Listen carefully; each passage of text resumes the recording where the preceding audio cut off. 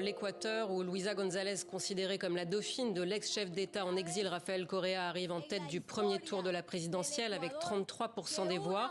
Elle devance le candidat de droite Daniel Noboa, qui fait une percée inattendue. Le centriste Christian Zorita, remplaçant du candidat assassiné Fernando Villavicencio, arrive en troisième position. Le second tour aura lieu le 15 octobre. Et nous retrouvons tout de suite notre correspondant à Quito, Éric Sanson. Bonjour Éric.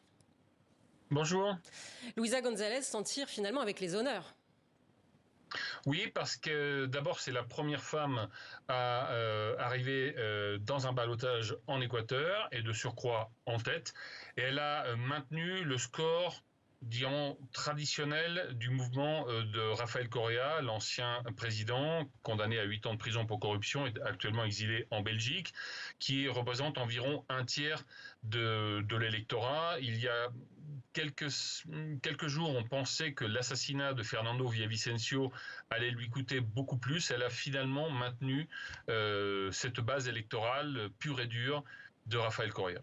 Alors justement, avec l'assassinat de Fernando Villavicencio, on s'attendait à ce qu'elle se retrouve face à un candidat surprise au deuxième tour, mais pas celui-ci. Qui est Daniel Noboa ?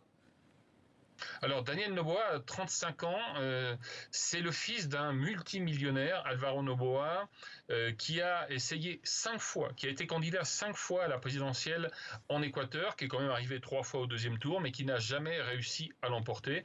Et Daniel Noboa, aujourd'hui, a quand même la possibilité de faire ce que son père n'a pas pu faire. Donc Noboa, c'est un homme d'affaires, c'est l'héritier de son père, plutôt libéral, qui a fondé un parti qui s'appelle ADN. Alors ça reprend à la fois les initiales de son nom et de celui de son père, mais ça veut dire Alliance démocratique nationale. De façon intéressante, il y a quand même des anciens choristes qui le soutiennent.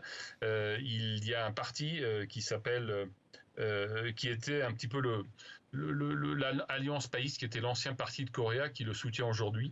Il a très bien joué apparemment sur les réseaux sociaux auprès des millennials. Vous savez, ces jeunes adultes qui sont nés entre les millennials, entre 80 et 96, il a été très efficace sur les réseaux sociaux et cela peut expliquer son succès. Une autre raison, c'est qu'il a été moins négatif que beaucoup d'autres candidats. On se souvient par exemple Jan Topic, le franco-équatorien, ancien de la Légion étrangère, qui ne parlait que de violence, etc. Ça n'a pas été le cas de Noboa. Donc il a peut-être été moins anxiogène pour les électeurs. Et puis comme il y a encore 2 semaines, il avait 5% des intentions de vote, personne ne l'a attaqué. Et il a donc pu croître tranquillement sans attaque. Alors, les électeurs devaient aussi se prononcer sur l'avenir du parc naturel Yasuni et sur la suspension ou non de l'exploitation pétrolifère. Une consultation par référendum. On connaît les résultats ? Alors ce n'est pas définitif, le dépouillement en est à 93,02%, mais la tendance est très claire, c'est le oui qui va l'emporter à 58,99% contre 41, donc on ne voit pas comment la tendance pourrait changer. Donc ça veut dire que les Équatoriens ont voté pour l'arrêt de l'exploitation de pétrole dans cette réserve mondiale de biosphère, l'une des zones les plus riches au monde.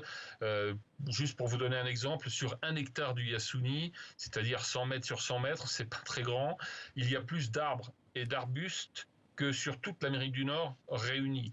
Donc c'est une zone extrêmement riche où Rafael Correa avait lancé l'exploitation pétrolière. La Cour constitutionnelle a donné 1 an au gouvernement pour arrêter l'exploitation pétrolière. Alors ça en prendra probablement un peu plus, mais ce sera un problème, alors peut-être pas pour le prochain président ou présidente, mais en tout cas pour ceux qui suivent, cela représente quand même plus d'1 milliard de dollars en moins de recettes pétrolières. Donc ce sera un casse-tête pour le prochain ministre de l'économie et des finances. Merci beaucoup Éric Sanson pour ces précisions.